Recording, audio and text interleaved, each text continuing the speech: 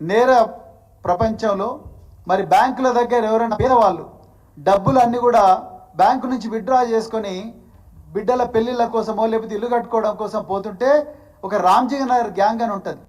ఈ రామ్జీ నగర్ గ్యాంగ్ ఏం చేస్తుందయ్యా అంటే వచ్చి ఆ డబ్బుల మూట తీసుకుపోతున్న ఆ ఖాతాదారుడి మీద మట్టి చల్లుతారు, బురద చల్లుతారు. అయ్యో నీకు బురద ఉంది, పోయి పక్కనే బోర్వెల్ దగ్గర కడుక్కోపో అని చెప్పి నీ బ్యాగ్ నాకి నేను బోర్ కొడుతుంటా అని చెప్తే ఆయన మరి బురద ఉన్న దుస్తులను కడుక్కుంటుంటే ఆ డబ్బుల సంచి ఎత్తుకొని ఒకడు పోతాడు. దాన్నే అటెన్షన్ డైవర్షన్ గ్యాంగ్ అంటారు పోలీస్ భాషలో. ఇలా రేవంత్ రెడ్డి కాంగ్రెస్ పార్టీ ఒక పక్కా అటెన్షన్ డైవర్షన్ గ్యాంగ్.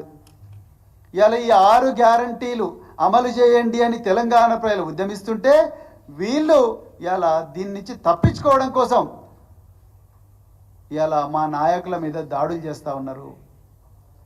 అదేవిధంగా కొండా సురేఖ గారిని ఆమెను ముందర పెట్టి ఆమెతోని రకరకాల అసంబద్ధమైన అవాంఛనీయమైన అమానవీయమైన స్టేట్మెంట్లు ఆమెతోని ఇప్పిస్తూ ఉన్నారు. మళ్ళీ మా నాయకుల మీద ఆమెతోనే మరి స్టేట్మెంట్లు ఇప్పిస్తూ ఉన్నారు. పూర్తిగా మేము ఖండిస్తున్నాం. మా పార్టీ చట్టబద్ధంగా నడుచుకునే పార్టీ. నిజానికి బీఆర్ఎస్ పార్టీ చట్టాన్ని తమ చేతిలోకి తీసుకోవాలనుకుంటే 2 నిమిషాల పని కాదు. కానీ మా అగ్రనాయకులు, మా వ్యవస్థాపకులు కేసీఆర్ గారు ఎట్టి పరిస్థితుల్లో కూడా చట్టాన్ని మనం చేతిలోకి తీసుకోకూడదు, చట్ట ప్రకారమే నడుచుకోవాలని చెప్పిండ్రు. కాబట్టి ఇవాళ సంయమనం పాటిస్తున్నాం. మేము ఏదైతే సంయమనం పాటిస్తున్నామో అది మా బలహీనత కాదు. గుర్తుపెట్టుకో రేవంత్ రెడ్డి, అది మా బలహీనత కాదు.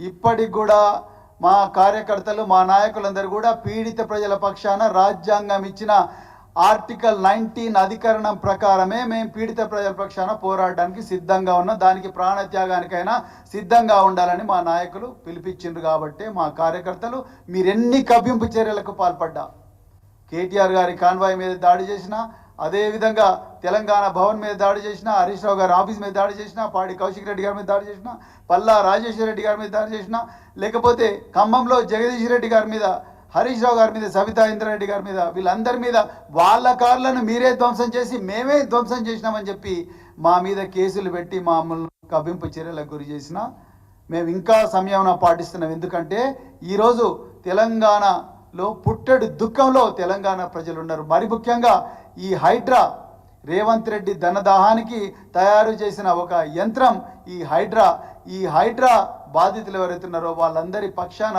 నిలబడాలి. తెలంగాణలో ఉండే లక్షలాది మంది పీడిత ప్రజల పక్షాన నిలబడాలి, వాళ్ళ తరపున పోరాటం చేయాలి. మాతో పాటు వచ్చే ప్రతి ప్రజాస్వామిక శక్తిని మరి ఈ విశాల వేదికలో మమేకం చేయాలి. ఈ ప్రజల కోసం, పీడిత ప్రజల కోసం పోరాడాలని పార్టీ నిర్ణయించుకున్నది. కాబట్టే మీ కవ్వింపు చర్యలకు మేము మరి ఓపిక బట్టి చూస్తూ ఉన్నాం. కానీ మా ఓపిక కూడా హద్దుంటుంది రేవంత్ రెడ్డి, గుర్తుపెట్టుకో. నీ బండారం బయటపడుతూనే ఉన్నది. రాబోయే రోజుల్లో ఇంకా నీ బండారాలు ఎన్ని వేల కోట్ల, లక్షల కోట్ల కుంభకోణాలు, ఎంతమంది మెగా కాంట్రాక్టర్లతో నువ్వు రహస్య ఒప్పందాలు కూర్చుకున్నావు, వాటి వివరాలు త్వరలోనే మళ్ళీ ఇదే వేదికగా బయట పెట్టబోతున్నాం. మేము మా నాయకులు బయట పెట్టబోతూ ఉన్నారు. అందుకొరకు నీ బండారం బయటపడ్డది. ఏ విధంగా అయితే శ్రీలంకలో మహేంద్ర రాజపక్ష, గోడ్బయ రాజపక్ష ప్రజాగ్రహానికి గురై మాల్దీవులకు ఎట్లయితే పారిపోయినరో, నువ్వు కూడా ఈ తెలంగాణ ప్రజలు, మరి ముఖ్యంగా ఈ పీడిత ప్రజానీకం ఏదైతే ఉన్నదో, ఈ హైడ్రా బాధిత ప్రజానీకం ఏదైతే ఉన్నదో, మూసీ నది సుందరీకరణ అనే ఈ బుల్డోజర్ల చక్రాల కింద నలిగిపోతున్న ప్రజానీకం ఎవరైతే ఉన్నారో వాళ్ళందరూ నీ మీద తిరుగుబాటు చేస్తారు. ఆ రోజు నువ్వు కూడా ఎక్కడికో పారిపోయే పరిస్థితి వస్తుంది. నీ గుండెల మీద రాసి పెట్టుకో రేవంత్ రెడ్డి. ఇలా నేను తెలంగాణ ప్రజలందరినీ మా పార్టీ తరపు నుంచి ఒక్కటే కోరుకుంటున్నా, ఒక్కసారి మీరు చూడండి ఎవరు పీడిత ప్రజల వైపు ఉన్నారు, ఎవరు ప్రపంచ బ్యాంకు వైపు ఉన్నారు. రేవంత్ రెడ్డి ప్రపంచ బ్యాంకు వైపు ఉన్నాడు. ఇలా కేసీఆర్ గారు, కేటీఆర్ గారు, భారత రాష్ట్ర సమితి వీళ్ళందరూ కూడా పీడిత ప్రజల పక్షాన ఉన్నారు. పీడిత ప్రజల పక్షాన ఉన్నందుకు మాకు ఈరోజు అందుతున్న బహుమానాలు, ఈరోజు దాడులు జరుగుతూ ఉన్నాయి, అక్రమంగా కేసులు జరుగుతూ ఉన్నాయి.